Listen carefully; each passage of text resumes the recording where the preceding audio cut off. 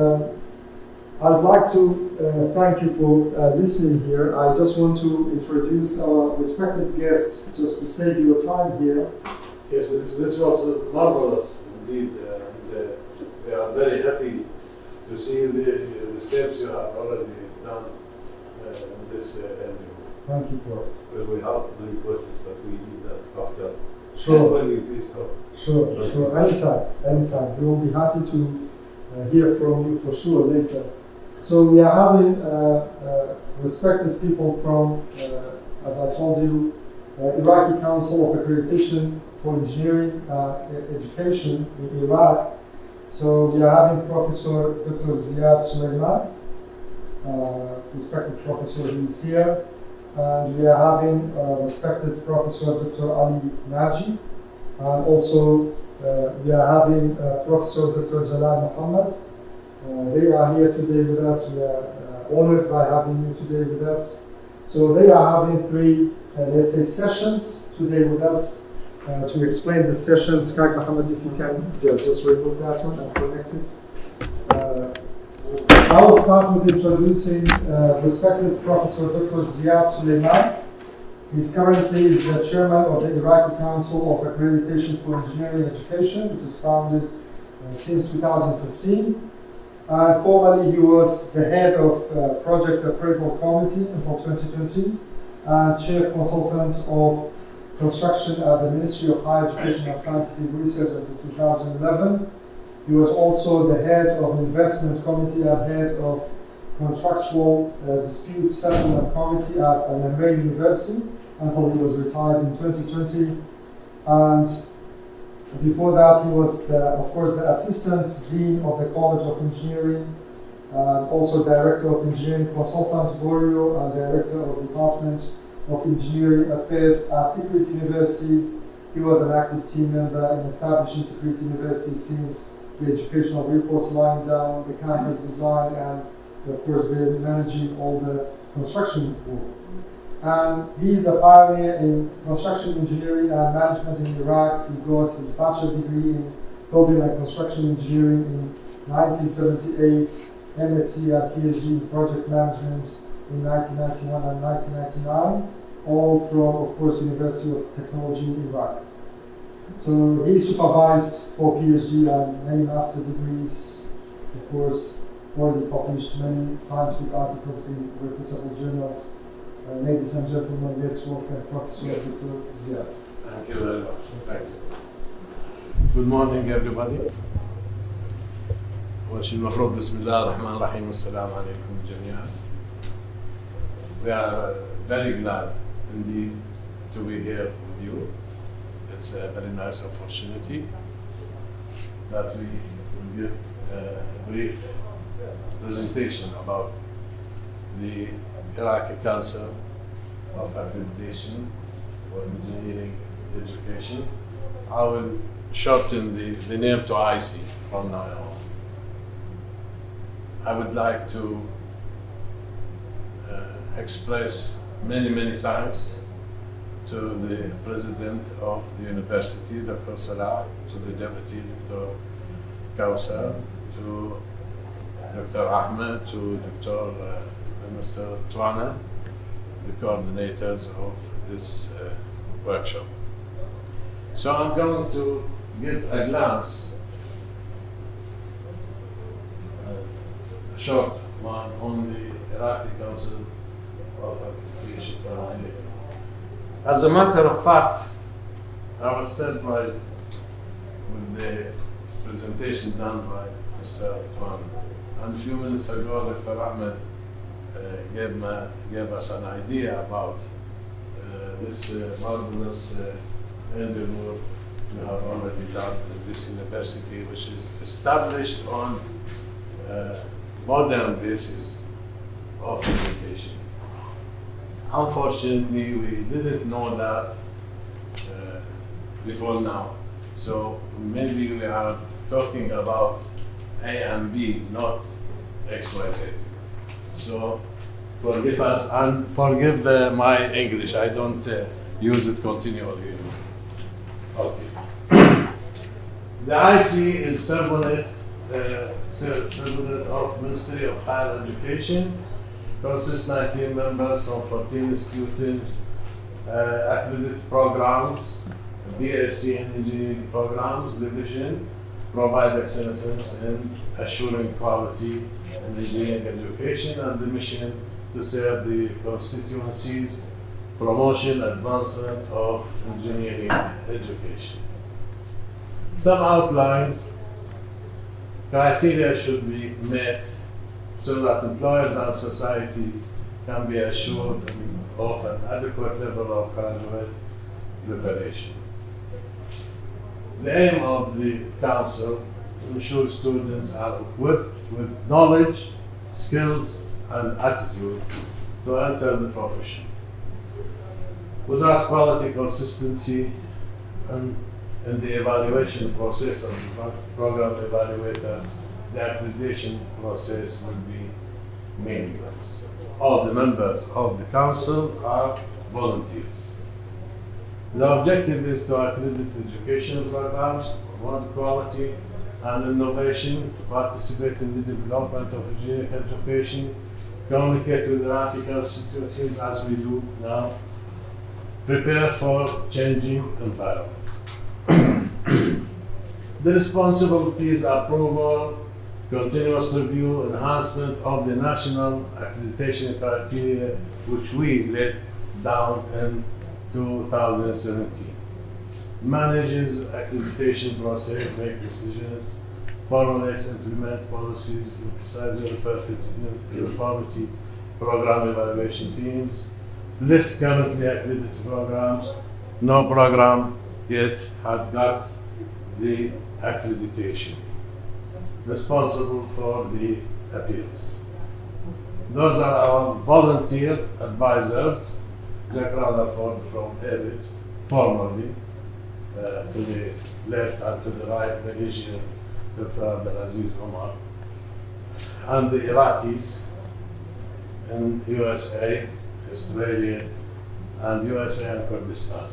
I think you know Dr. Razak and Dr. Manat. What is accreditation? Accreditation, in short, peer review process. Programs volunteer to undergo accreditation periodically. Accreditation is not a ranking system. This is a very important point. It is assuring that the program meets quality standards of the profession for which the program prepares its graduates. Provide external assessment and evaluation. The benefits to the industry, and I will go faster with some slides.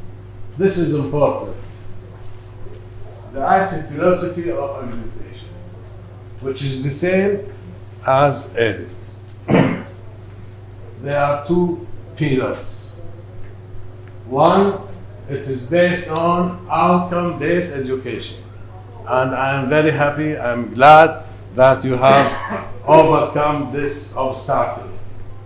All other Iraqi universities know about nothing how to alter from teaching to learning, from inputs to outcomes, from teacher center to student center.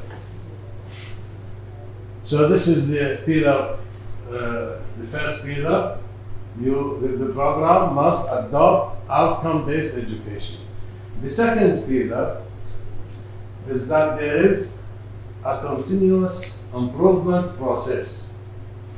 You should have a continuous improvement process, because even you have some weaknesses and you have a continuous improvement process, you can get accreditation, conditional one.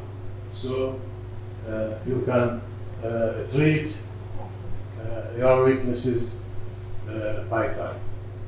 This is also very important. So these two pillars must exist. If one of them doesn't exist, is absent, you cannot get accreditation. The program should have a clear mission, constituencies, defined, objectives, program naming objectives, outcomes, processes, internal ones, facts, documentation, evaluation, interpretation of facts, and actions, continuous improvement actions. Outcome-based is simply, as I said, learning, not teaching, student-centered, not faculty-centered, and outcome, not output-based. Now, the ICAEE accreditation criteria were set to satisfy the needs of the constituencies. This is very important. By the way, Dr. Ali will talk about Pillar 1, the outcome-based education, and Dr. Jalal will talk about the mechanism of the continuous improvement process, which is based on the feedback from all constituencies. And the accreditation should satisfy local and international needs for engineers' competencies. The program should be subjected to evaluation by a program evaluation team. Those should be trained enough to ensure consistency of judgments between the evaluators of many programs. The national criteria, where is number 1? Number 1 is the program educational objectives. Number 2 is graduate outcomes, something wrong. Number 3 is the curriculum. Number 4 is the continuous improvement. You will find some changes between us and edit, but it is the same. I'm sorry for that, it's not something wrong with it. So I will leave it and go ahead. Criteria 1 is the program educational objectives. I think Dr. Ali will clarify this terminology. We have sub-areas in this criterion. Strategic planning, this is added to EBIT. EBIT starts from the mission. We think that our universities have a lack in strategic planning. We cannot start with mission. We do not evaluate them according to strategic planning. We just pushing them to have strategic planning, and we also like EBIT start from mission on. So strategic planning, statement of PEOs and its consistency with institution mission, program, of course you must list them, and the PEOs review process. Criteria 2 are the graduate outcomes, called by EBIT student outcomes, previously called by EBIT program outcomes. So program outcome, program educational objectives, there will be a confusion. They call it student outcome. We call it graduate outcomes because you want the student be able or acquire these outcomes at the time of graduation. Okay, you assess his abilities, the whole courses, but at the time of graduation, you need to know that he is able to satisfy the student outcomes according to EBIT. We call it the graduate outcomes. And those outcomes must be related to the program educational objectives. We have some comments about the objectives you already show. I think we will contact through internet to develop some arrangements. Criterion 3 is curriculum. The study plan, the alignment of the study plan of the POs and the attainment of GOs, the prerequisite structure, subject area requirements is very important. This is missing, Dr. Mr. Toner, from the skeleton structure in your website. Only university requirement, college requirement, department. You should also present the subject area requirements: math and basic sciences, engineering and design, and the others, computer, general education. This is important because there are limits for them.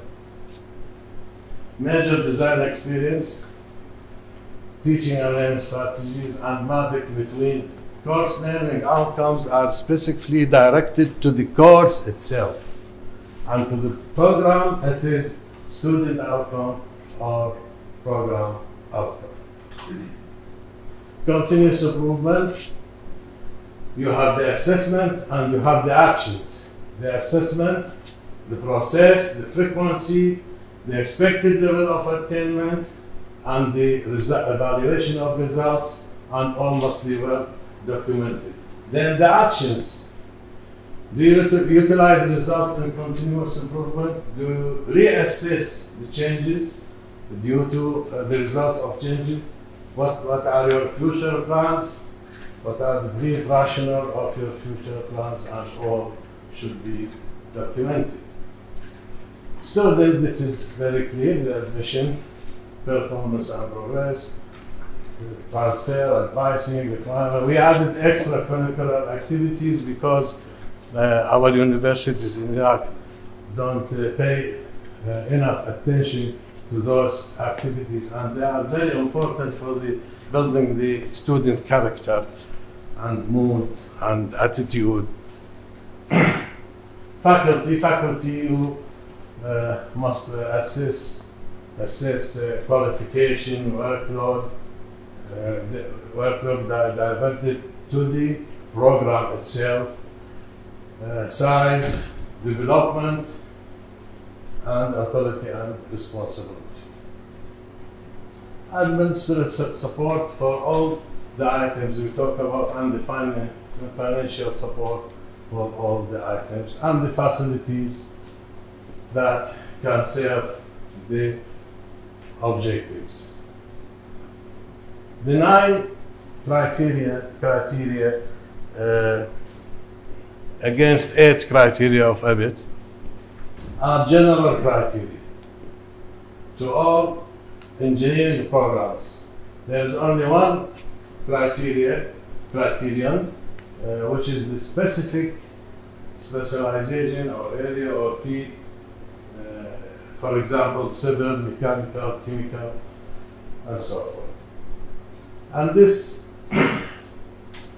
we here propose that either you do some benchmarking with an accredited program and somewhere recognized in the world, or you can go to the NC's FACBT exam. I think you know about it. Or the book of knowledge of the associations, ASCE, ASME, ICAEE, and so on. You can have them as a guide only.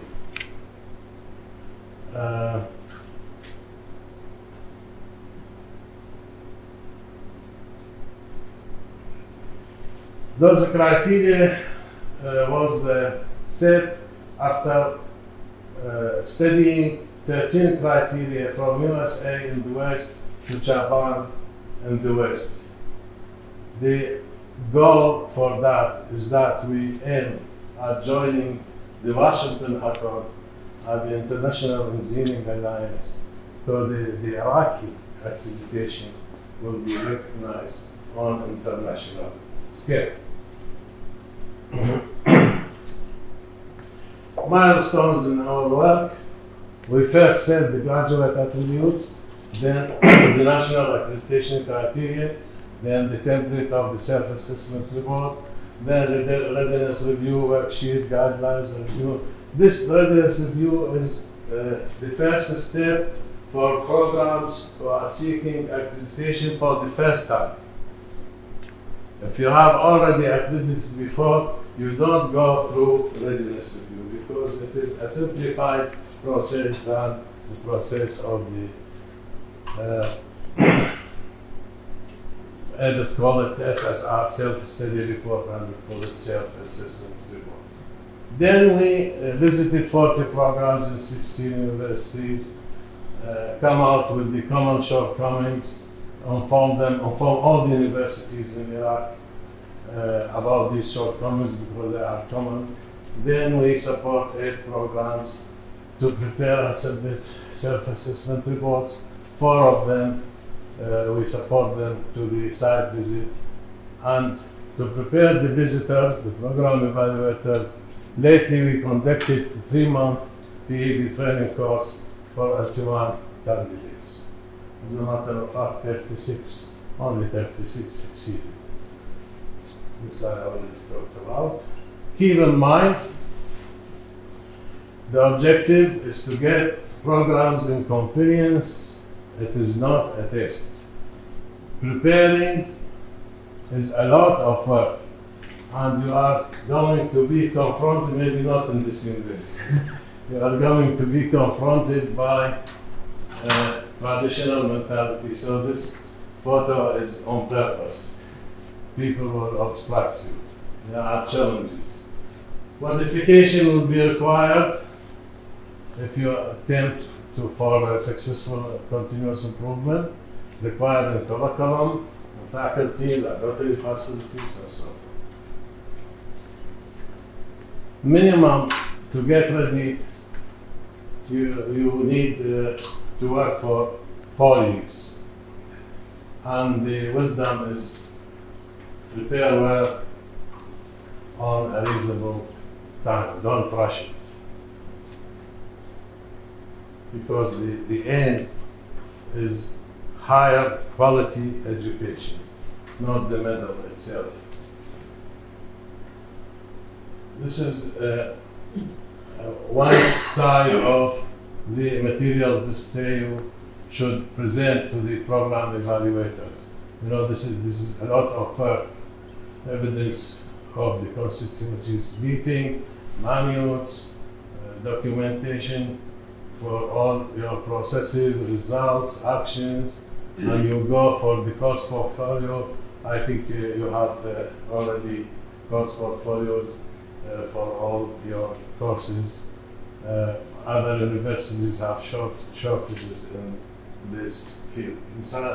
Assignments, exams, and others. This is the timeline for the accreditation process. If it is for the first time, we will go through the readiness review. There might be a short visit, and then to finalize the self-assessment. And after submitting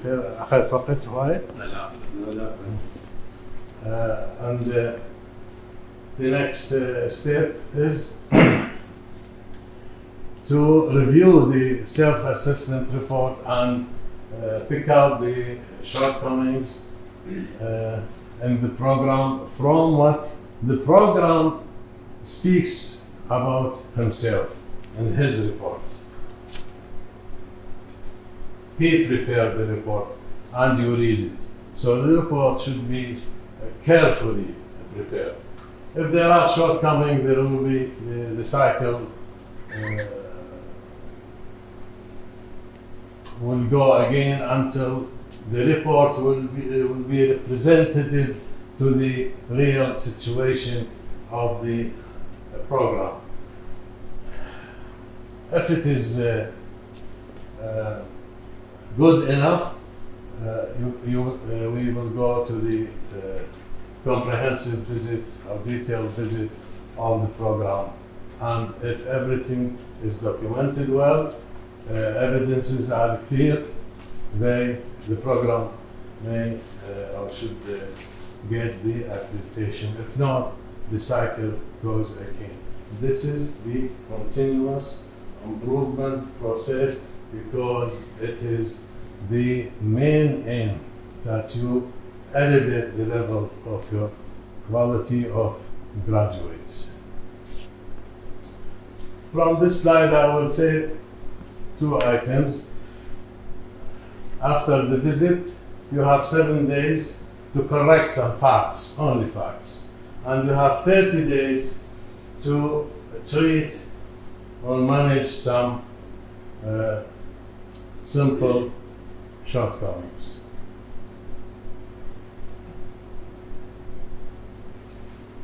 The evaluation judgments. You know, if you find a shortcoming in any item, any area, in any criterion, first of all, you should set a deficiency for that shortcoming. But the next question is, how long does it take to treat or to manage to correct this shortcoming?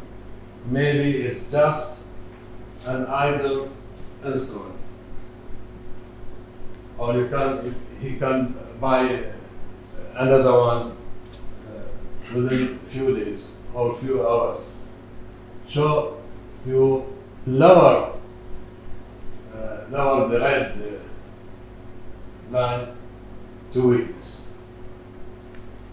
Weakness are also shortcomings, but you can correct them within the 30 days we just talked about, or you can, some of them, correct them within 2 years. So you get a conditional accreditation for 2 years. Concern is that the case now is compliant with the criteria, but you have concern that within the span of accreditation, which is 6 years, there will be some shortcoming. For example, an old faculty member like me will retire, and there is no one to replace him. Okay? Observation, the evaluators, when they visit too many programs, they got some experience, they saw good processes, actions in many programs, so they can transfer these ideas to the program in hand. So it's not a judgment, it's just a friendly advice. And strengths are, I think they are clear to you. Now we, after the evaluators give their judgments, what should we decide or notify? If there are no deficiencies and no weaknesses, the program will get accreditation for 6 years. So you don't need to ask him anything or visit him for 6 years. For the next general review, so I would call it the next general review, and we go after it. Now, if there is no deficiencies, but there are weaknesses only, you can give him conditional, we call it conditional accreditation, which is for 2 years. If he did about 80%, 70% of them, and there is some residual, okay, you can give him another 2 years, because the aim is to raise the level of quality. Either you get enough with a report to be submitted to you, or you might need to visit the program again, so you have 2 cases, interim report and interim visit. The 2 others are for programs who are already accredited. So even there are deficiencies, you are confident this program can cross it. So you can manage it somehow like the interim report and entrance visit with different titles. Now, conclusions. This was for the program evaluators. I will change it to the program itself. The program was seeking for accreditation. He must show us that he knows what to do and why do it and how to do it, and he is doing it well, and he can prove that he is doing it well, and he received input, feedback from the constituencies and have the continuous improvement process. So this is the bottom line of my presentation, and thank you for your patience to listen to me. Thank you very much. If you have any questions for Professor Dr. Later we can ask Dr. Ziad. So next presentation will go for Dr. Ali Naji. Before he started, I just want to introduce him also to you. He's a member of the Iraqi Council of Accreditation for Engineering Education since 2015, a member of ASCE since 2011, and the Executive Director of Iraq Chapter of the American Concrete Institute since 2013. Formerly, he was the head of Civil Engineering Department at the University of Kufa, and also the coordinator of Iraqi American ULP, where he got a grant to develop the education system at the University of Kufa. He also participated in UNESCO project for rehabilitation of higher education in Iraq between 2010 to 2016. He had supervised many of the master and PhD students.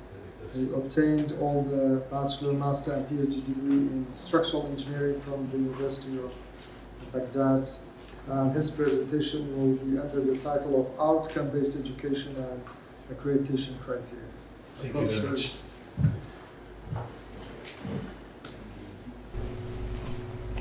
Also, I express my deepest gratitude to the Komar University of Science and Technology for giving opportunity for us to speak about topics related to accreditation.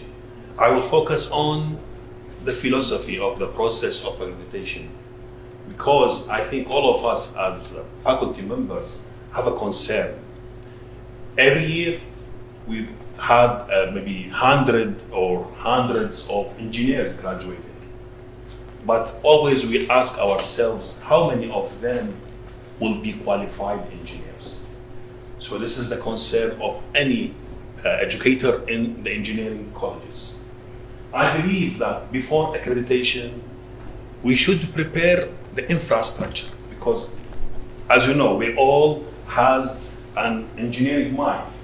So before you build a city or a building, you should prepare the infrastructure of this building or the city. The infrastructure is really the outcomes-based education. And the objective of my presentation will be to increase number of believers in this new paradigm, new philosophy in engineering education.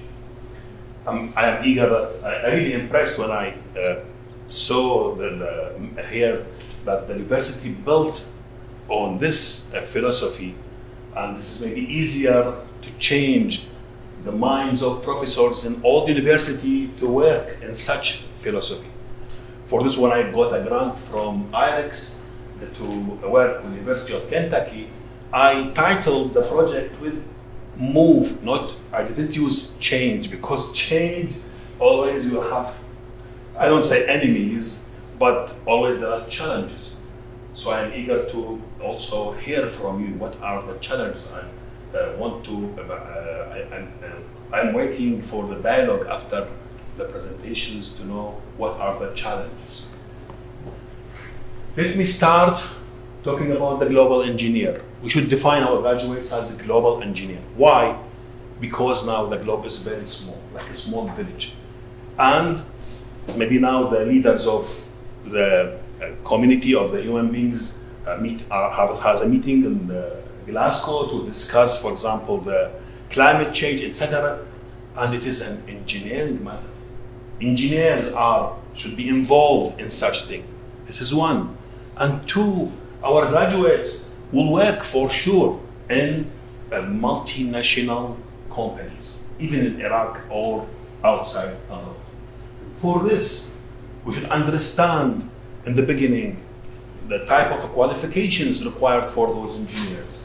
So what are the needs? The needs of the human being and the needs of the local market.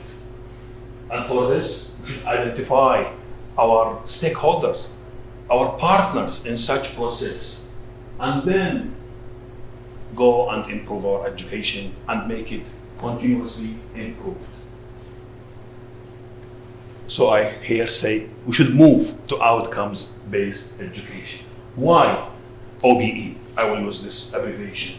Because it is measurable, because also we have a stakeholder feedback, and also it has the continuous improvement. And those are three main facts we should believe it to ensure that our engineers will be qualified engineers. For this, there are three levels in the education, engineering education. The first level is the course level, and the second is the graduation level, and then we have the industry level.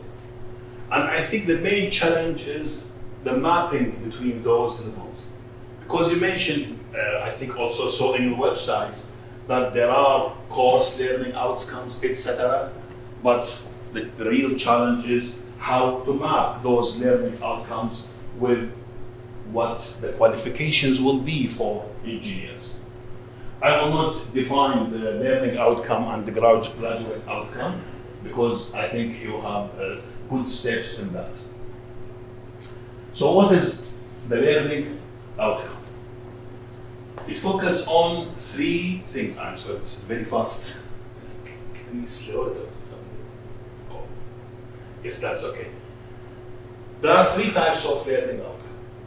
Knowledge and skills are well known in our environment. But the most important challenge for us is the attitude. How can we make our students will be in the future good engineers? So I think we should work about. I saw that there's a course of ethics. It is university requirements in this university. It's very good, but we still think beyond that. In our college, and I will say this painfully, that the corruption in Iraq now is good experimental work for such type of outcome. In our college, we try to get some corruption examples and show them to the students and make them as actors doing that in a small theater and so on.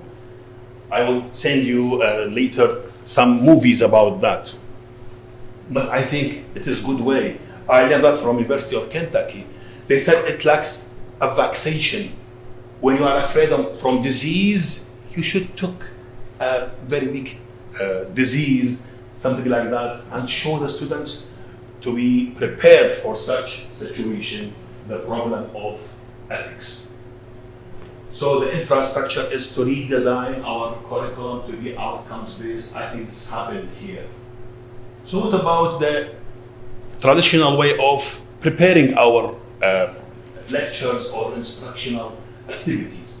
We first choose a text, then identify a chapter in the text, and then develop a lecture and then exam. This is the traditional way of teaching. But what about the backward design of the curriculum to be outcomes-based? The first step is to identify the desired results. What will be the outcomes? I had interest in heritage also. It's like a hobby. It's far from my field. And also I got a grant, £30,000 to update the curriculum in 3 colleges. In the College of Archaeology in our university, and College of Urban Planning, and College of Architectural Engineering. I said to them, if you want to update your curricula to be related to the heritage and importance of heritage in Iraq, we should start to identify the needs. What are the needs or the competencies of the graduates?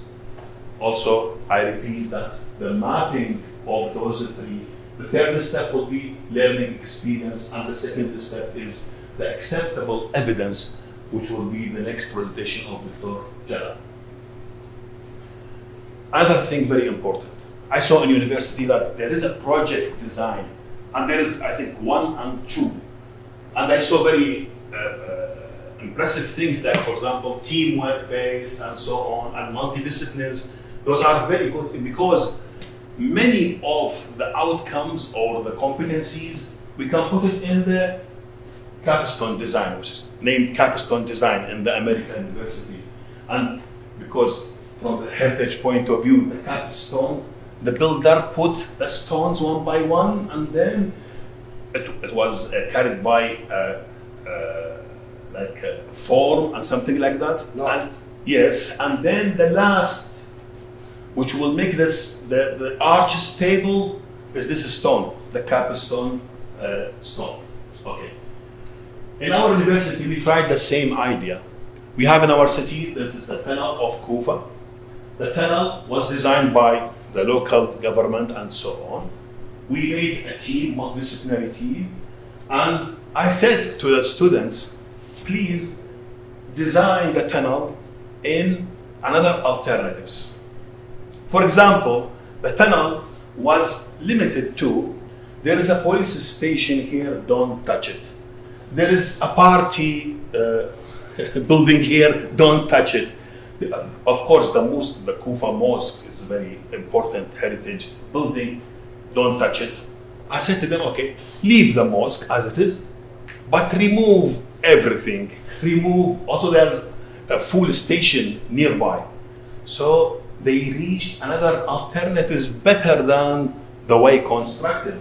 So it was very good thing for the future engineers to learn from this experience. Okay. How can we build this process? First, we put the educational objectives, which mean the competencies, and later the graduate outcomes, and then at each course, we should put this cycle. You can see very clearly that we should believe, all professors should believe that you are not alone. You are not the only decision maker. You should also think, who is your partner? In your course, the student is your partner. Don't feel in another way or think another way. Believe that the important information you can get from the student, it will improve your performance. This is very, very important. For example, I can talk about myself, it is not confidential, as example. I use this very simple way to teach my teaching activity. Start, stop, continue. I think quality assurance people know very well about that. Prepare a small paper, and then after the lecture, distribute to the student, and said, start, say to me, each student, what you like, so write, continue doing that. What you don't like, say, write, stop doing that. What you wish to see in my activities, start doing that. I learned a lot from this. For example, one, I don't know, it's female or male, wrote to me, in every lecture, you ask the students a question. There are 2 or 3 clever students answered you. And the majority of us didn't understand the question and the answer. I said to myself, after 20 years of teaching the concrete design, this is my field, I found this is very clear fact, but I can't see, because this is the mirror. The student is the mirror of our activities. So we should think in that way. What about the program? The stakeholders will be the employers, also the graduate students, the alumni, and the senior students. So, unfortunately, maybe I didn't explore the website very well, but I didn't see, for example, the the industry advisory committee for each department. It's very important because those are give very important feedback for the program. Also the parents. Also I saw in some American university the future students.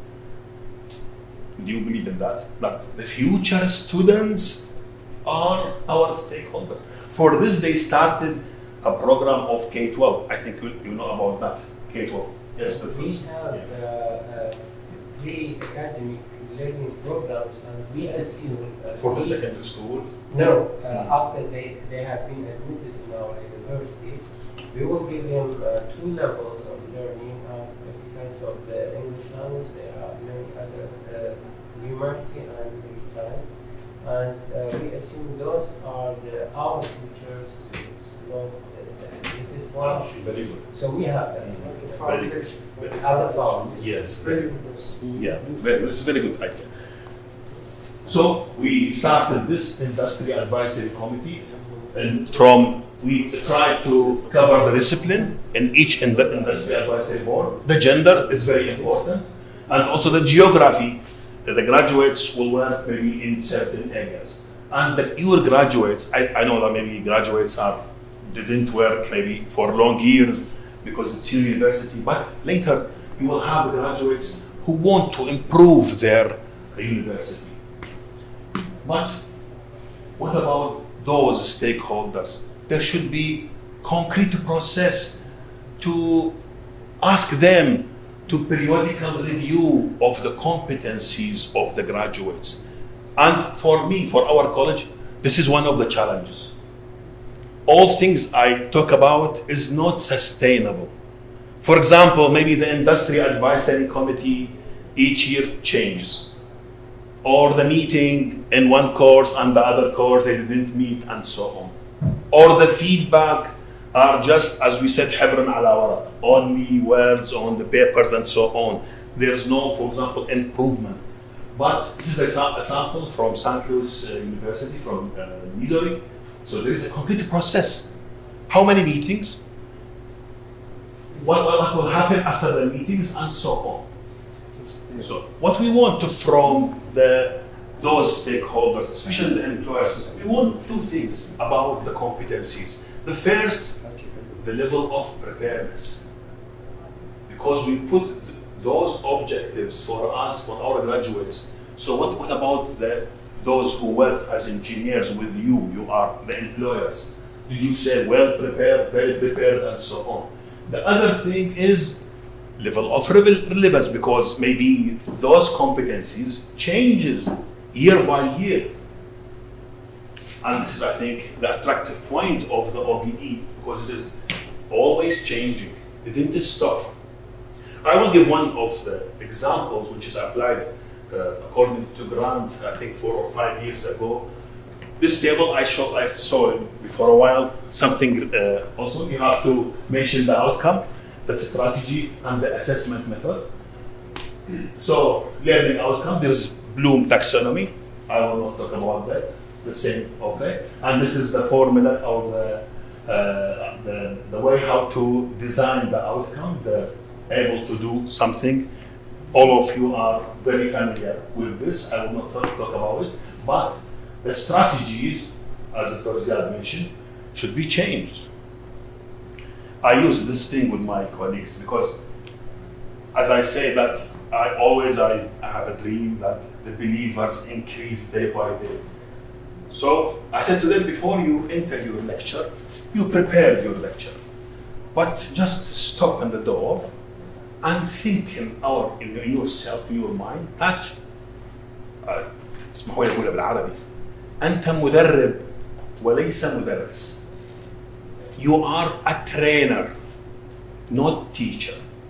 Because if you just imagine those 2 words, you will find a lot of differences in the scenario of the lecture. You will make your students do a lot of activities rather than you. And this is unfortunately maybe very difficult to traditional teachers. They put the lecture on the whiteboard and then explain something, and the students go outside the classroom. Okay. So this is the problem-based learning. I think you all know. The big challenge, the assessment method. All of us, when we are students like Mr. B, يعني ذكرياتنا في الهندسة مرة.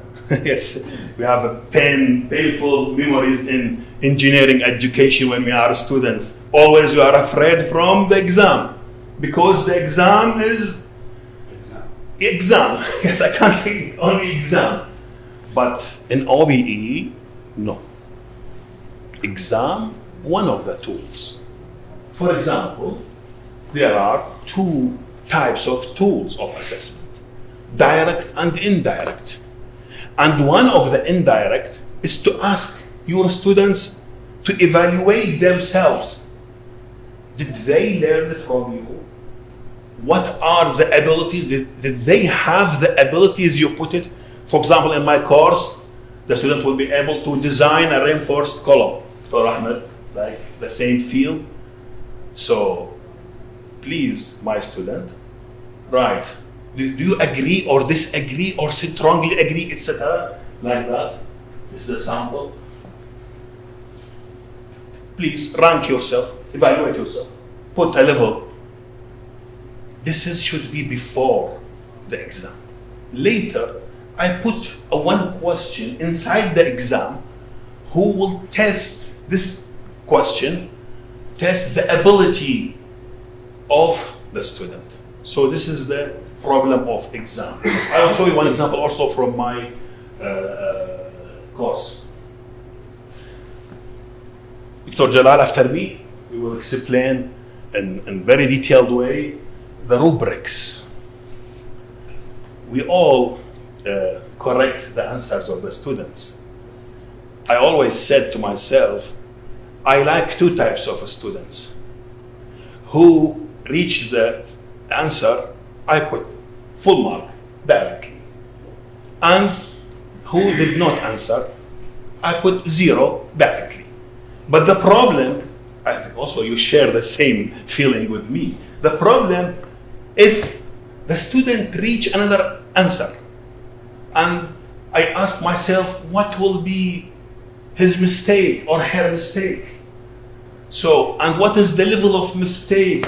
Did he don't understand the procedure of design, for example, very well, or just have maybe wrong calculations in the calculator, or maybe other problem, or maybe they didn't have time to answer the question? You know that sometimes we put a lot of questions and the time is not enough. So this is very important to evaluate the answer of the exam. So this is the example. Let me. It's called item analysis. What is item analysis? 4 years ago, I think, in my course, I will compare two questions related to two outcomes in one exam. As you see, the first has 35 degree and the second is 15 degree. But the average of the first question is 24, the average of answers. But the second is 5. So it's very clear that the students are strong in one outcome and weak in the other. Our department asked us for this. I hope though that this university didn't use this way to evaluate the course outcomes, because this is the whole answer of the whole questions. How many students passed the exam? I think it's 5 questions in the exam. And how many didn't pass? So the department asked us that there should be normal distribution and the bell curve as you see. And then they look at the average. The average sometimes is pushed over or pushed down, and your instructions is good or not. And they said to us, please, the first class, there should be a lot of people, a lot of students failed. But the fourth class, there should be, for example, 70% pass the exam. we should leave all these ideas and all these philosophies, because you will see now the distribution of the question 1 only. This is the item analysis. The item in the question analysis. This is the analysis of the answers of the students. The majority of them are very good in this outcome, but the other 0. 56 of the students, 0. They didn't answer. I said I like those. I don't like those students, of course. I want my students that they answer such thing, because if they succeed to answer, this is success for me, for my teaching activity.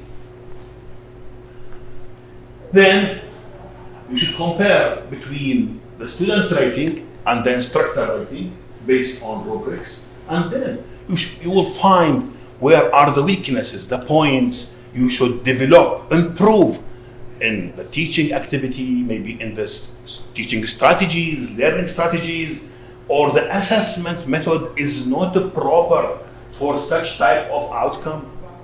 This is very important.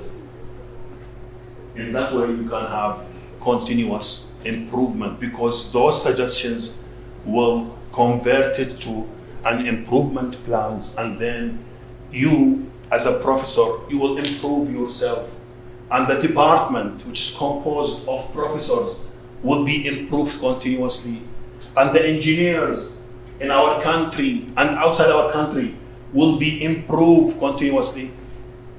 والعاشوا عيشة سعيدة بلا خير in our stories. Thank you very much.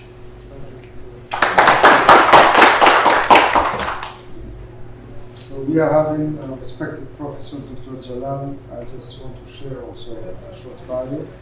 He is a former member of the University Board at the University of Technology until 2009, Assistant Dean for Scientific Affairs of the Department of Electromechanical Engineering until 2012, Head of Energy and Renewable Energy Branch, Editor-in-Chief of the Engineering and Technology Journal until 2014, Chairman of the Committee of Faculty Scientific Ranking Promotion, University of Technology, and also he supervised many of the master and PhD students. He published many of the scientific papers in reputable journals. He obtained his bachelor degree in mechanical engineering from the University of Baghdad, master and PhD degree in mechanical engineering from the University of Liverpool. Currently, he is a member of the, of course, Iraqi Council for Accreditation of Engineering Education. He will talk about the outcome assessment keynotes. Assessment keynotes. Yes, assessment keynotes, sorry, the stages. Thank you. Thank you.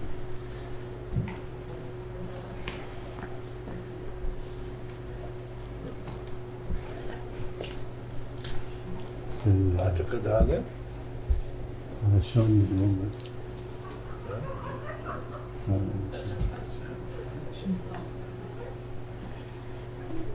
لك على كيفك نشيلكم هذا السلام عليكم. متحرك عليكم السلام.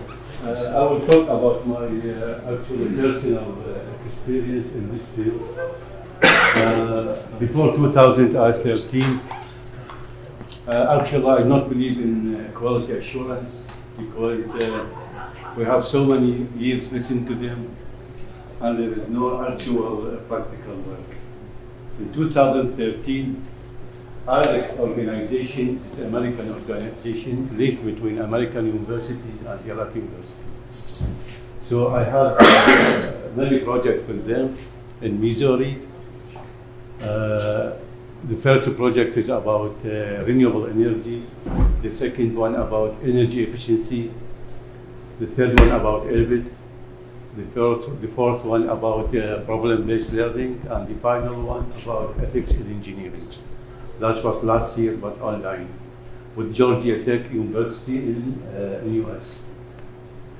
So today we only concentrate with the assessment keynotes. The assessment keynotes, I believe it is main shortcoming in all engineering program in Iraq.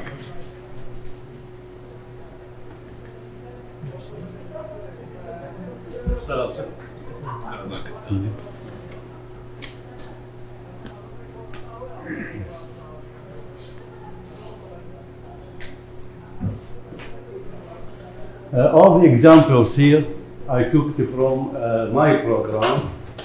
I was the chair of Energy and Renewable Energy branch, and when I went to Missouri actually in 2013 and 2015, they have already accredited by EBIT. So I spent so many times in room, they call it EBIT room. They have all the documents of EBIT. So I spent so many hours from the early morning to the afternoon alone in this room to check all what we, the main goal in our engineering program, which is assessment.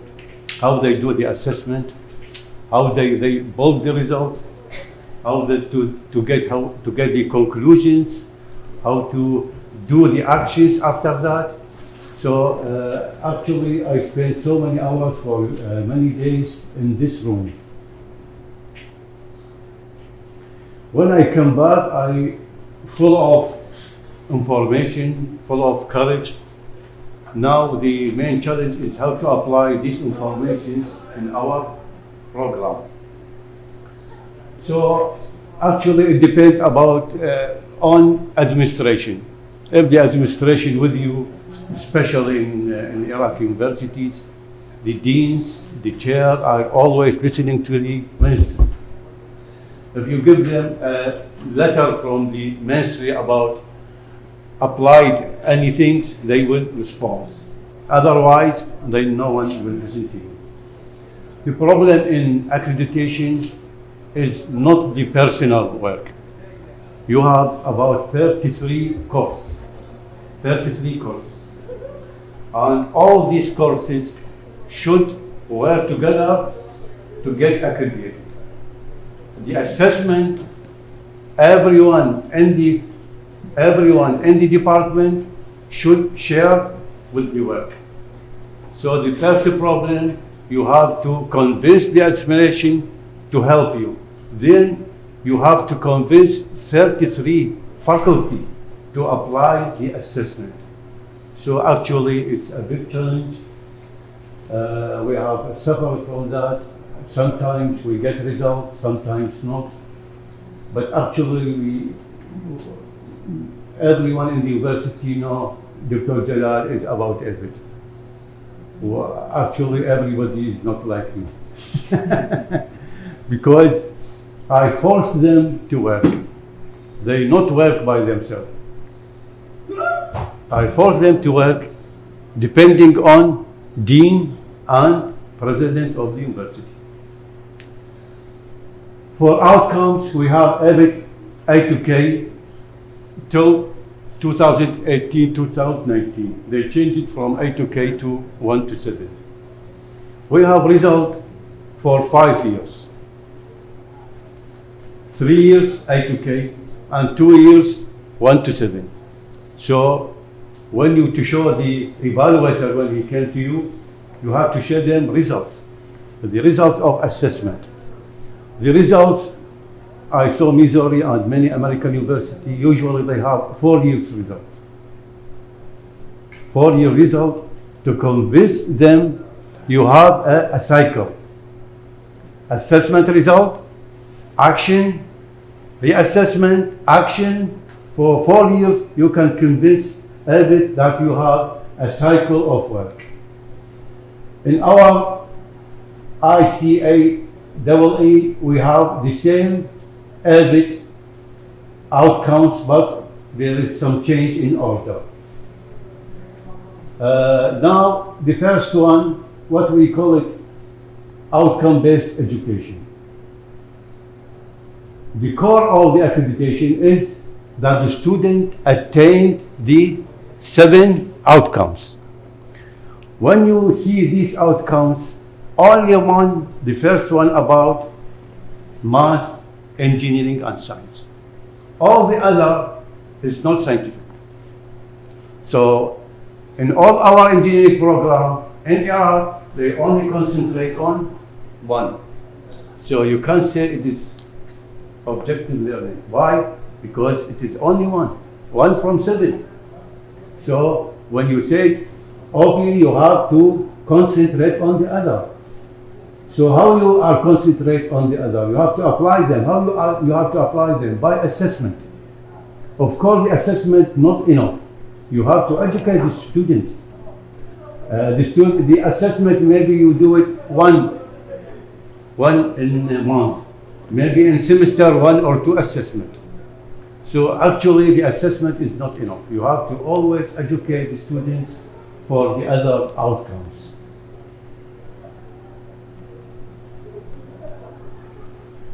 Now we concentrate on continuous improvement because actually this is the main gap in our programs.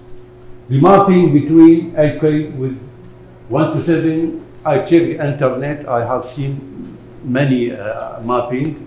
We took the Illinois mapping because the easiest one. So now we talk about the these sections. The first one, that's the mapping. Why we need the mapping? Because we have 3 years result of A to K. So I will combine A and E and put them under number 1. Number 2 about design comes from 3 to 2. Every give him order more than 1, become the second one about the design.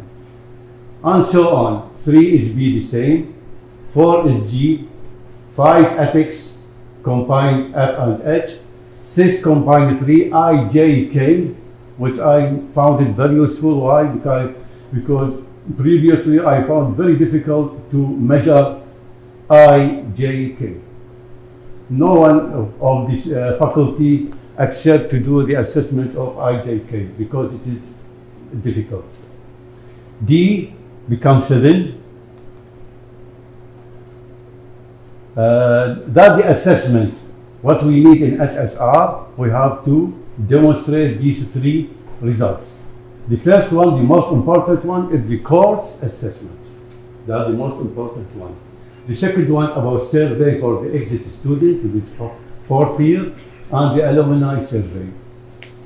We start in the beginning of the year.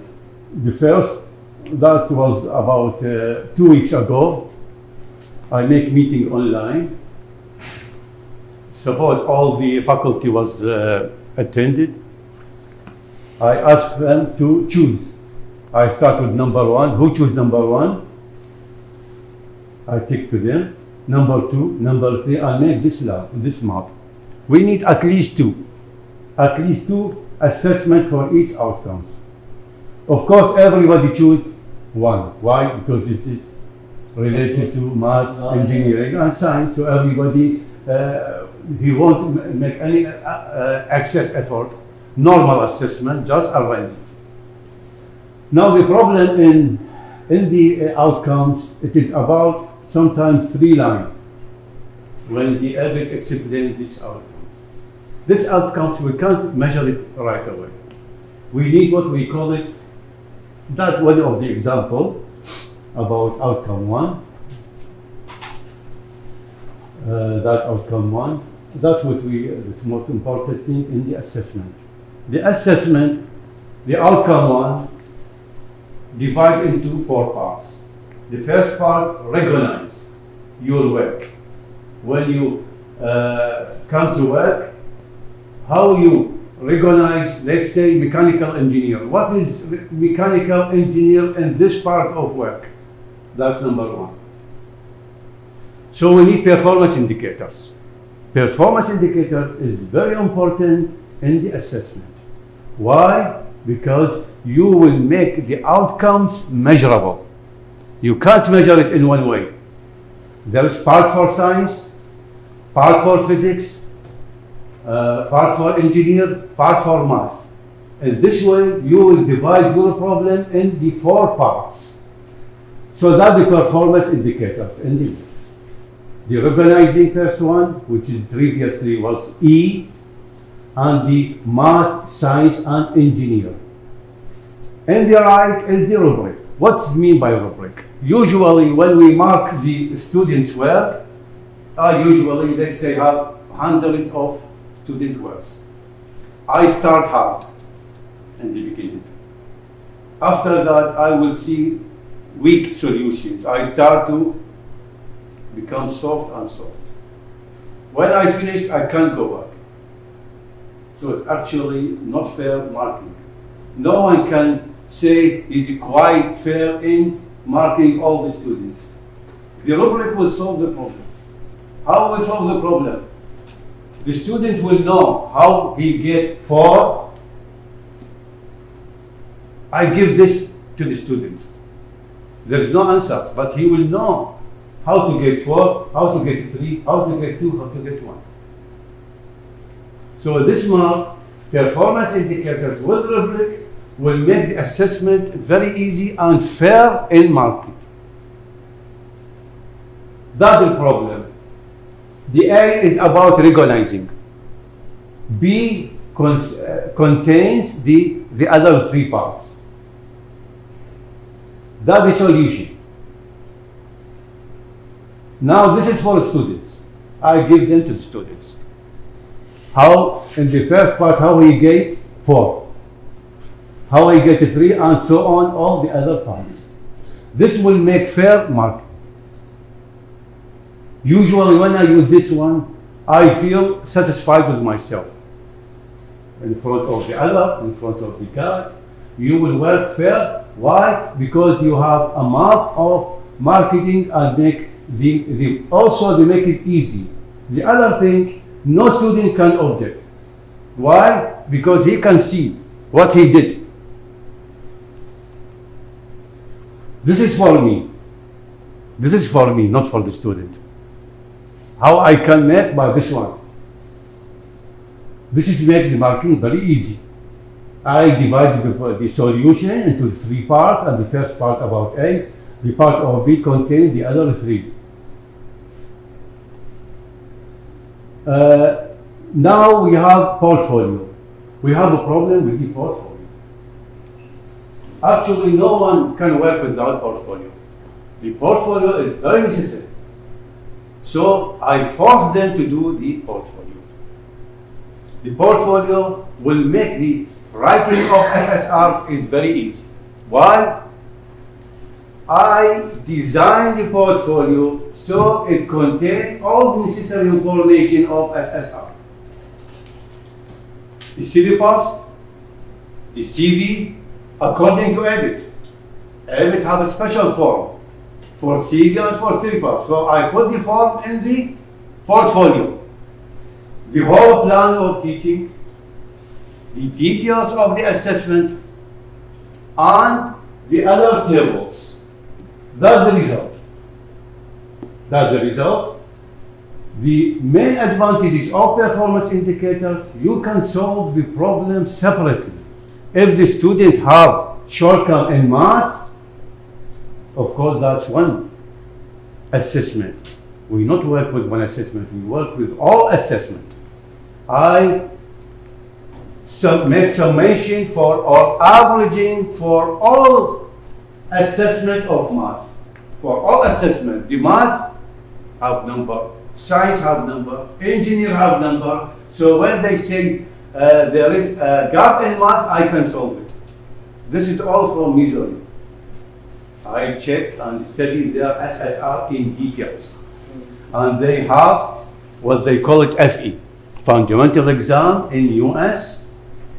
How they check the math, not just by assessment. We have in this assessment, the FE for all University of US. We have to pay money to make the FE. What the important thing? They can compare themselves with the other university.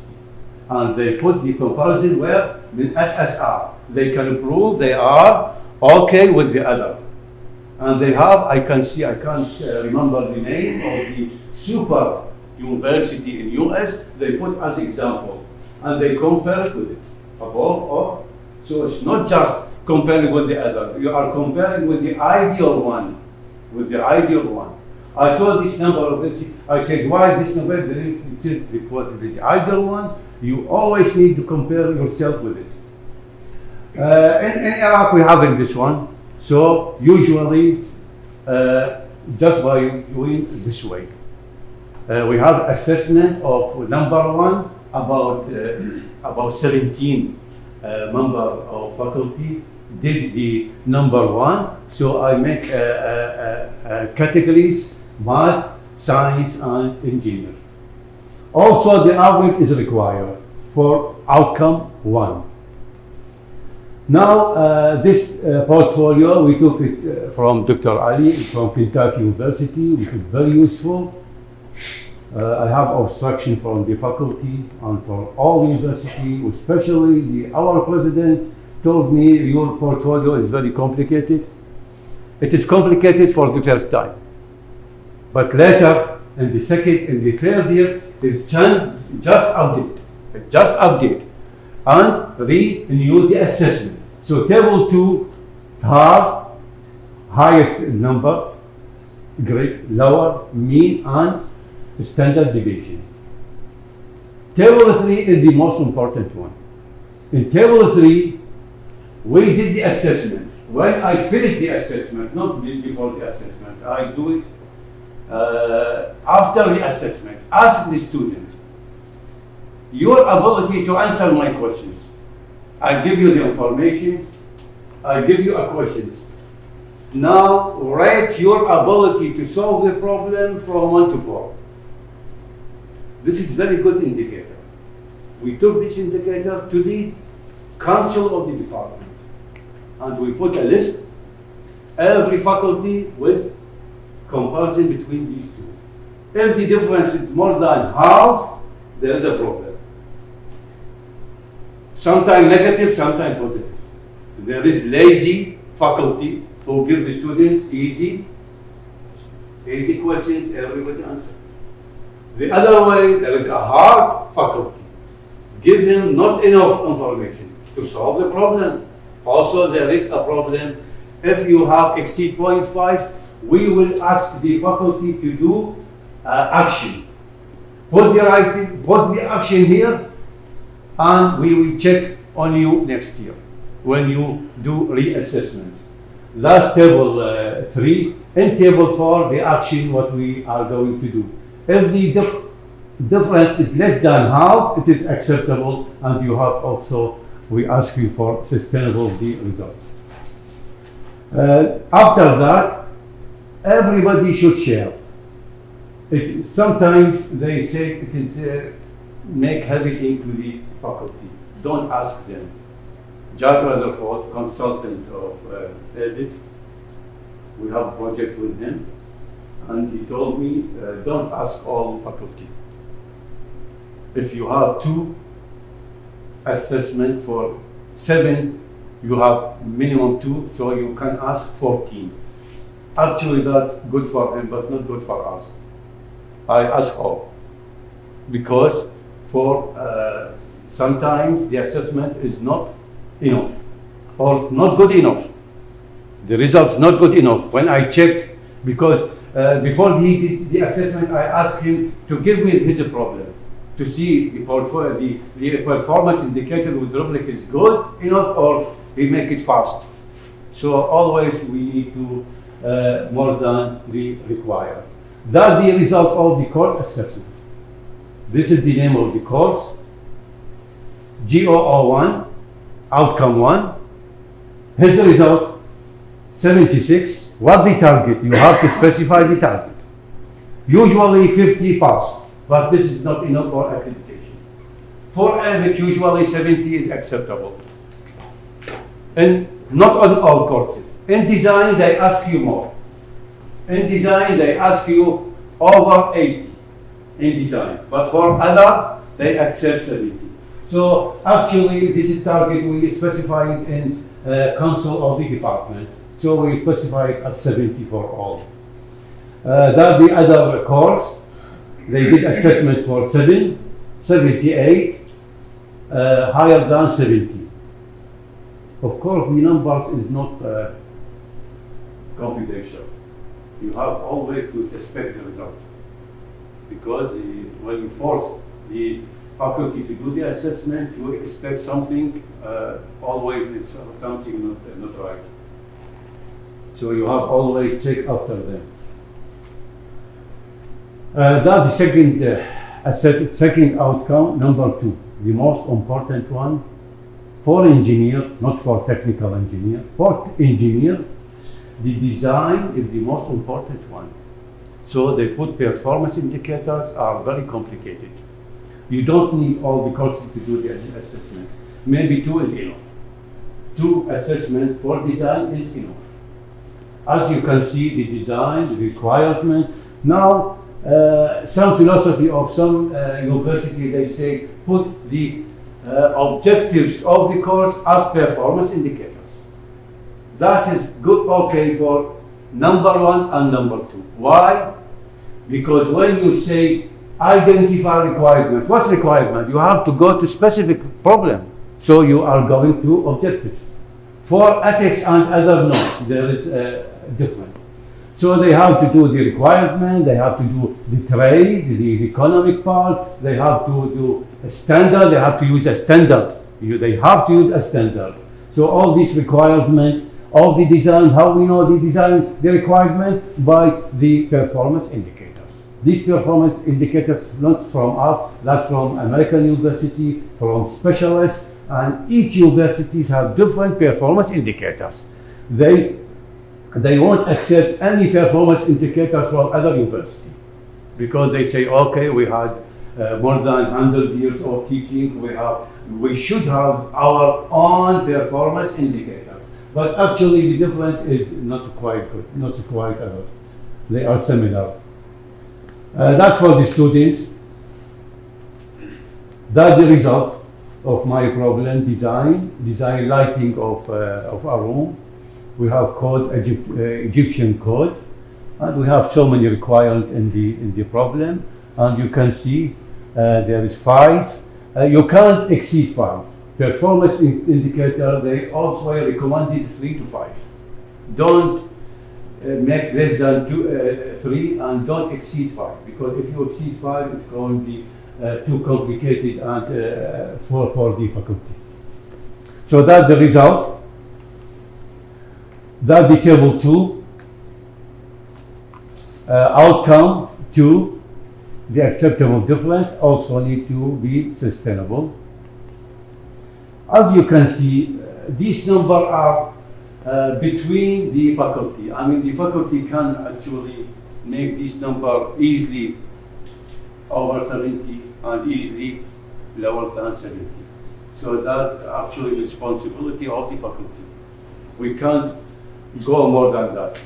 I can't ask him, you are doing not well, or I just advise and give him lecture for all without names.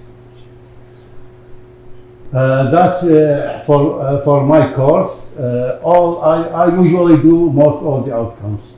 So I rely the main task on me. So I did all these. That for A to K. Now the results. How you present the result? There are many ways to present the results. This one for outcome A, for all courses. Now you can see which course you have a problem. Look to the left. There is some of them below 2.5, which means a problem. We not worry about the problem, because if you recognize there is a problem and you put action for next year for reassessment, so actually there is no problem. But there should be a limited problem. That for B, only 2 courses. That for C, and D, E, F, G, H, I, J, K. That's the result. That's how to present in Missouri. Actually, they have about 40 pages of results. 40 pages of the results. So they make all the details. In SSR study, the report, you have to do exactly what the attorney told you. Only in this part you can extend. Only in continuous improvement you can write what you want. All the other part you have limited things to write about. Now we combine all the results for that from A to K, the final result. That for 5 years. That's here what we need the mapping. Why? Because the first 3 was A to K. The last 2 about 1 to 7. How to combine them? We combine them by mapping. As you can see, there is always, you can say, the improvement with the year. But actually, the last 2 years it depend on electronic teaching, which I suspect the result. I suspect the result on electronic assessment. Because you know why, the student, what they did in the electronic assessment. This year, we take a decision, even with electronic online teachings, the assessment should be carried physically, face to face. Even if the course was, we decided to be online, the assessment of it will be in the class. So that's from 7 for 5 years. Now the survey. The survey is the second one. The first one important is the courses. Now the survey. The survey, we have about 3 surveys. The first one, the most important one, they call it American, the exit meeting. What they mean by exit meeting, the student, when he finishes the final year, before he leaves, he will meet with the dean and chair, they said, as they wrote, dean. And face to face, what do they mean by face to face? That means one by one. This is impossible in our in our programs. So what we did, we put all the students in a big class. We give them applications. Outcome 1 to 7. Each outcome they have 4 categories and they choose. The dean was beside me. I will explain the outcome and judge yourself how much you got from this outcome through 4 years. Here actually always you have to suspect the result. Why? Depends on your effect on the students. Dr. Jalal, they are afraid of me.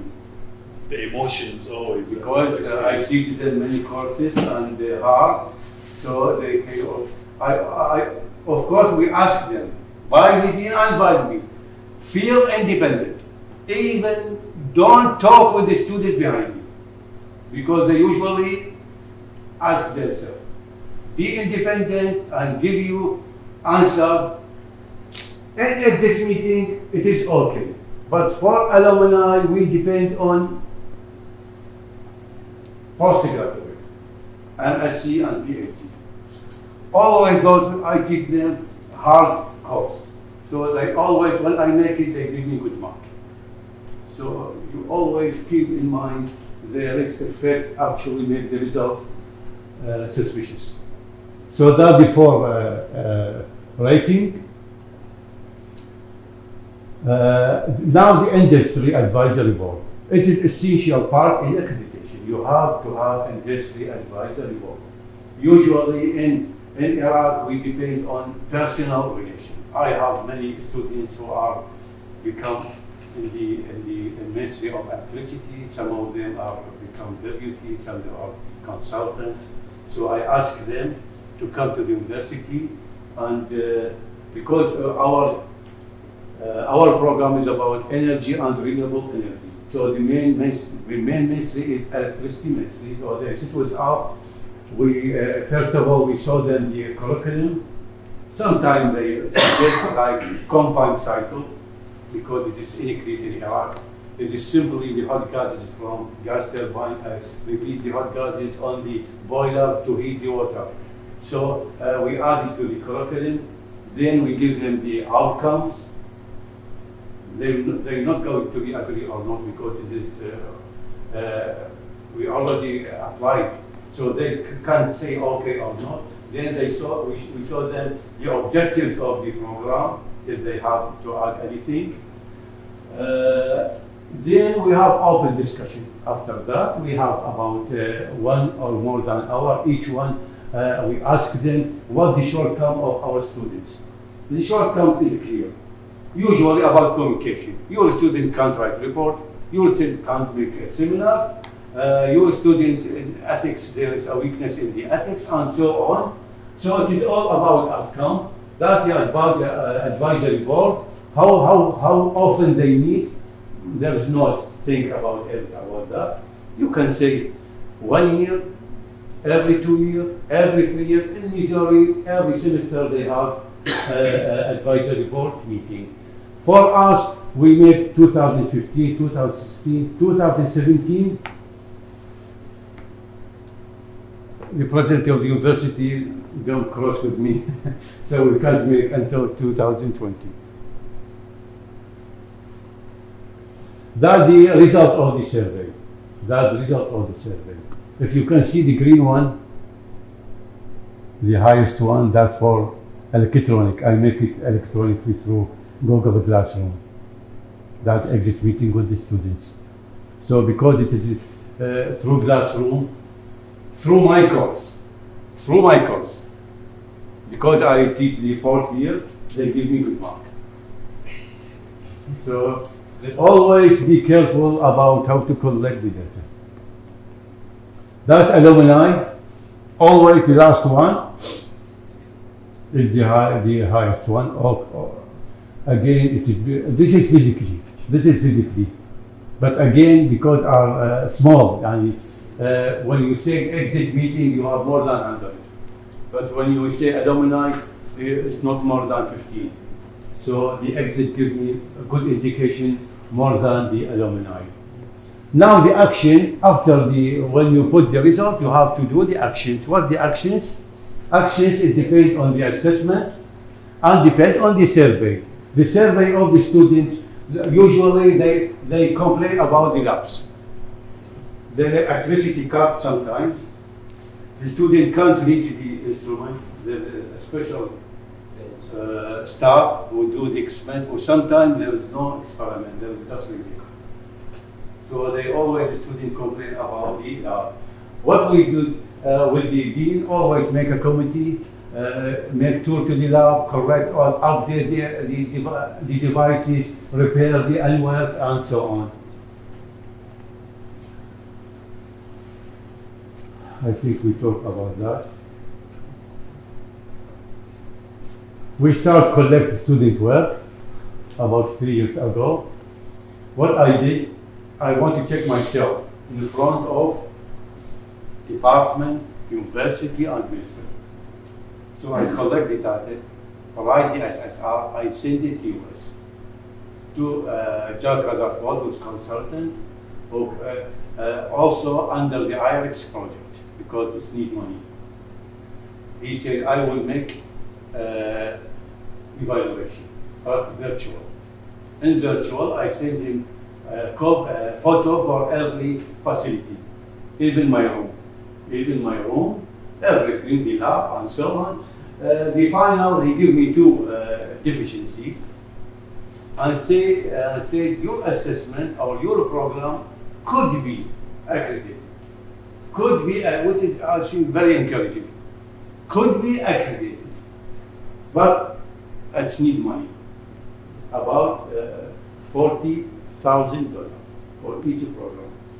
$40,000, which in that time was 50 million dinar, Iraqi dinar, 50 million. That's for 1 year. For 6 years. For 1 period, 6 years. No one accept to pay the money. Department, we have, our department, we have about more than 4 to 5, not billion, milliard dinar, Iraqi dinar, but we can't spend it because it is government, it's not private like you.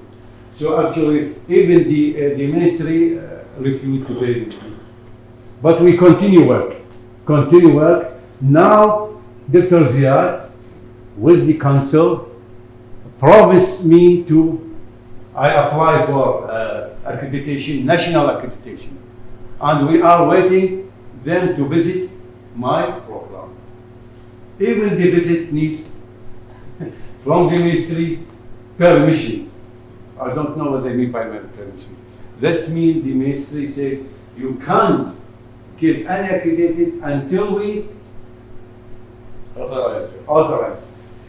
The authorization, we haven't reached the authorization yet. But we I think we are going to have it in soon. For PBL, problem-based learning, also I have a project with Missouri about problem-based learning in 2015. When I come back, I have so many workshops in university and our University of Technology and other universities. We make so many workshops about problem-based learning because it is make the attainment of student outcome very easy. Make it very easy. Also, we use Capstone as the main, the last one in 2008-2008. We use Capstone project. I think that's all. Thank you for listening.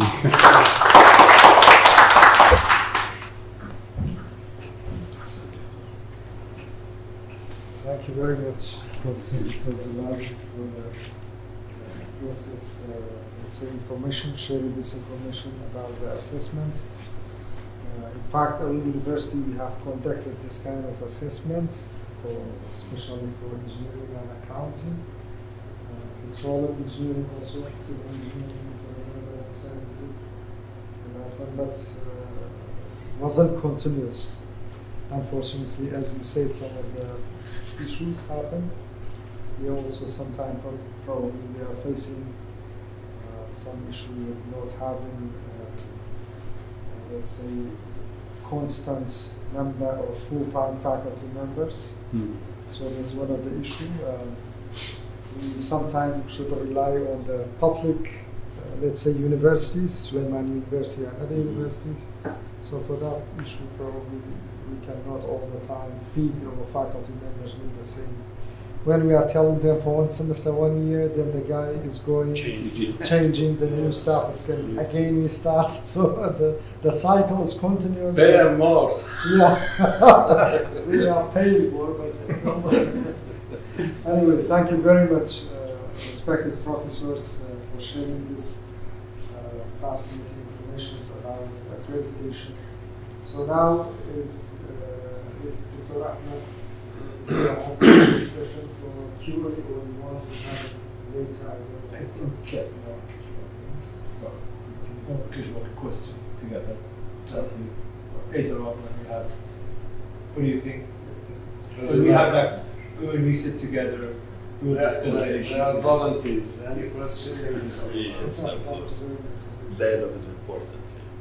So, respected faculty members, if you have any comments, Dr. Filial, concern. Yeah, I have one question for Ali Najib. And at the beginning of the presentation, he said he worries about how many of the graduates to be a good engineer for the community, right? Yes.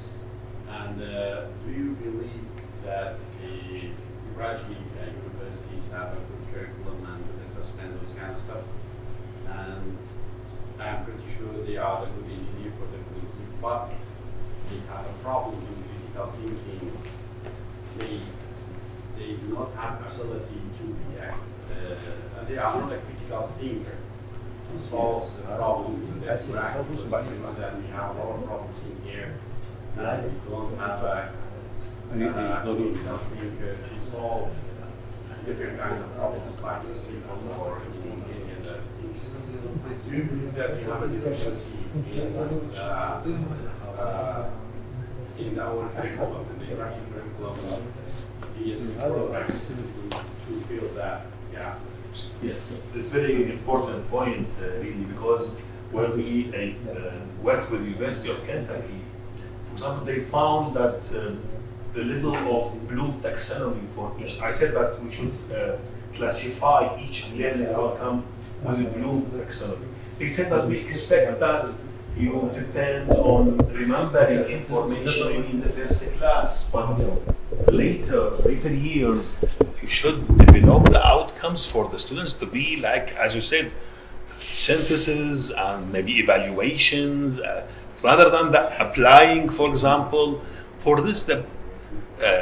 We get a lot of feedback from the companies that the engineers, they need more training before they can do that, solving problems or critical things. And this is the problem in the curriculum itself. I can't say it is the design of the curriculum, not the curriculum, because when we talk with the faculty member about the curriculum, he's just thinking in the topic. Yes. For this, I mentioned that change of the mind of each professor is very important, because the curriculum means the outcome, the learning and teaching method, and the assessment methods, and the mapping between them. So this is very important, yes. Thank you so much. Thank you very much. Any other concerns? Yes. Can I ask something, please? Yes. Thank you for the question. Well, the redesign of the curriculum doesn't mean that you are going necessary to change the topics, but you might change the deepness of this topic or that. You must change the way you teach this topic or that. So the traditional way of design is that, for example, construction material technology, you say, yes, okay, Troxel or Neville are good textbook. You bring the textbook, take chapters, take the first items or paragraphs of the chapter, and you lay down the curriculum and you go, yes, this is enough for a BSc civil engineer. Now, what's the continuous improvement and objective-based education add to that is you got feedback from the field. They will highlight it to you where are the vague points, where are the gaps, the shortages. So the topics of the syllabus could be the same, but you are going deeper in some topic, more practical hours or laboratory hours in some topic. And this is how you are going to maneuver or you redirect the same course toward to be more efficient for the graduate. So this is why we need to redesign the curriculum in this approach or manner. Thank you. Thank you. Thank you very much, Professor. Any other comments? I just have a note about your code. Yeah. I asked Jack Rutherford, who is evaluator for 20 years in N, what minimum number of faculty you can give them accreditation? Because this point in Baghdad, or let's say in Iraq, it is strong point. Why? Because we have so many doctors. We have in my program only, which is one of 5 programs in one department, we have 33 faculty. So I check your web, and I enter each program of engineering. I found some of them 6, some of them 7. Yes, it's fine. Yeah. As I remember, there is 1 maybe 3. So I asked General for previously, not now, what the minimum number of faculty? He said, okay. He said, I give accreditation only for 7. Department have all the same, but there are many courses, not engineering, many courses covered by other departments. Yes. But the engineer, I give accreditation for only 7. Yes. So I think that's some note for your engineering program to consider this point. Thank you. In fact, for the last few years, especially when we established this university, civil engineering department, for example, was one of the largest departments because during that time many students came to civil engineering department, even petroleum engineering. Yes. But after a while, then let's say now, majority of the trend will go for medicine and medical school, and few students will come for civil engineering. However, we are having one of the very good, let's say, engineering departments and facilities for the students. But Even you have a lower number of students, you must take into consideration the disciplines in the program. yeah, Civil engineering have more than 7 disciplines. yeah. So you must satisfy that also. That's what have been discussed with Dr. Ahmed also. We have discussed even on how to. There are many programs. I'm sure you are quite aware of that one from universities in the United States, when they are going to have sub-disciplines. Under, for example, civil engineering, they are going for structural engineering, they are going for environmental engineering, material engineering, many other subfields that can be, based on the requirement from the industrial levels, the one you talked about. Even we are having a very good program for internship program in this university. We are having a very strong link with the multinational companies, local companies. We are sending our students every, let's say, year for based on the disciplines. They are going to to have a training in these sessions inside the companies for a while.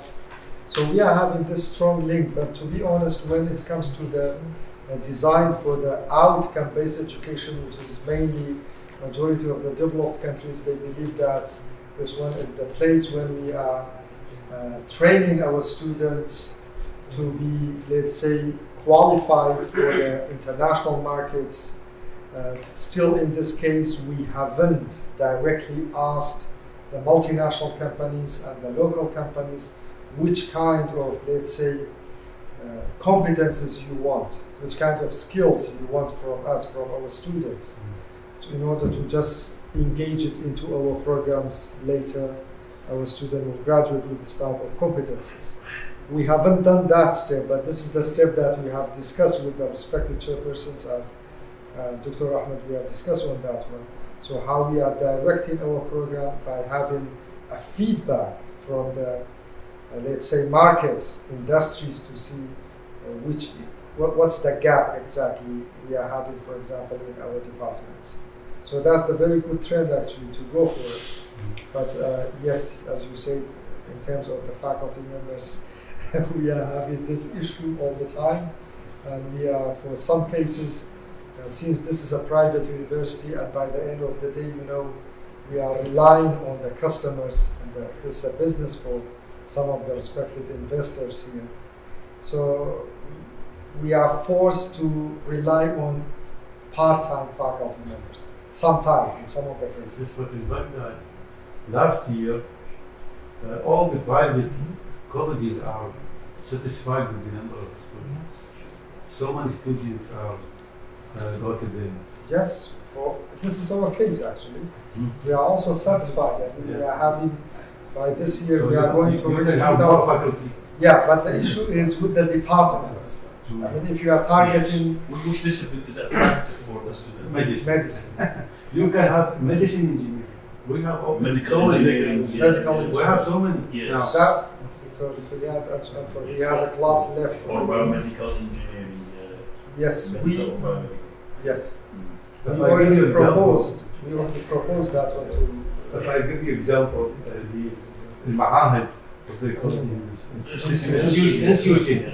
They have so small of students go to them. What they did last year, they opened medical. Over 1,400 students are come only for 2 new branch of medical engineering. Over 1,000. So you can solve the problem by the same way. Definitely. That's one, Dr. Akko, very good suggestions. Since the trend is going that much for the medical schools, So how about Medical medical engineering. engineering? Biomedical engineering. By the way, we have a problem with the biomedical engineering because, as you said, we don't have in the engineering unions specialty. It's called biomedical engineering. So we have civil engineering. We don't have this So one. they have You the- have a general branch. Yeah, You have a general branch for miscellaneous. miscellaneous engineering. We don't have it. Kurdistan Engineering Union will not accept that this one. And the other problem is that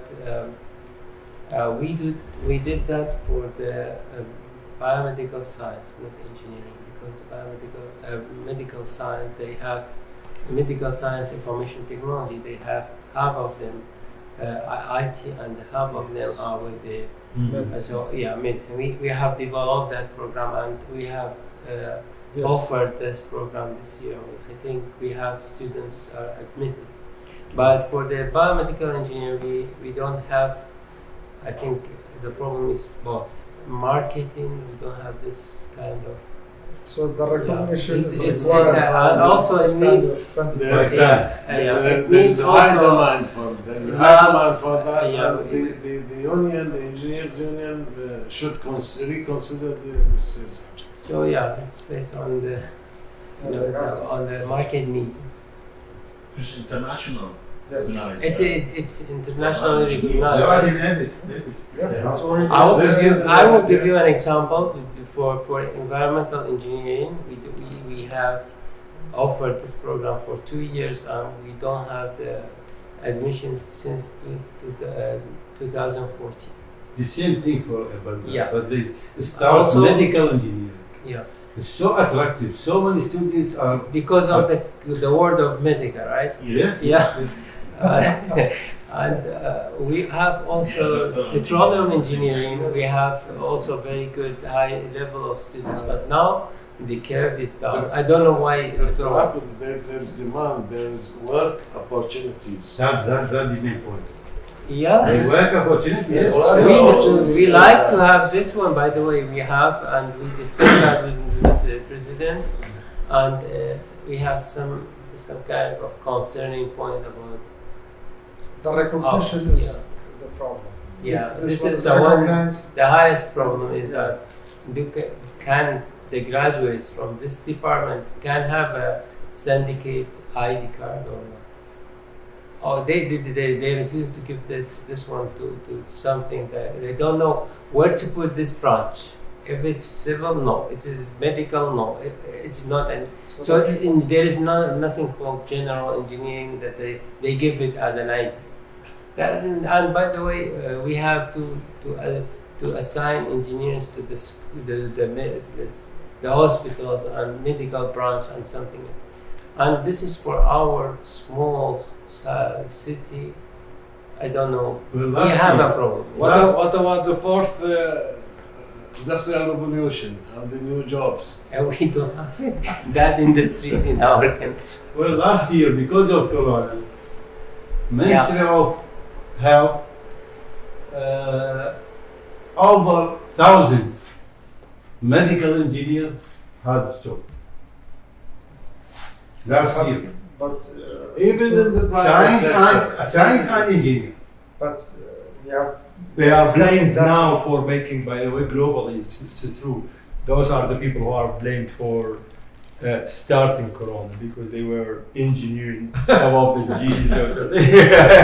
Yeah. So we need a kind of like strategic plan to have in the country at the country level to see why all the people should go for medicine. I mean, Dr. Terzas here is from pharmacy, but I mean, like many other developed countries, there should be many like vocational schools and institutions. We need a lot of technicians, professionals in many other fields. But why the mentality and the mindset is like that still? Well, all it depends on the people- job. You can't control Yeah, that. I mean, but The now market. from 2016, we know that from 2016 until now, for example, graduate in Kurdistan region from pharmacy, they have been employed by the government, We do not have that much of 2016. No, they are continuing. Just last year. They have a better job opportunity. True. I mean, but now Yes. this is the case now? Still the case that most of I our mean, students, when even they are student now, they are working in the market. Which is good, which is very good. But this I have seen that one during 2000s to 2012, 13. Since the country was rebuilding, renovations going on, many civil engineers were having a job. But now this is not the case. So we have to shift. I mean, based on we should have a strategic plan to shift, and the ministry to study about that. So thank you very much for your time, Dr. Ahmed. We may have a rest, and that one later we will have a tour. Is it there? I think we will have a tour and we will go for lunch. Great. So Okay, thank you very much. thank you for your time. Thank you very much.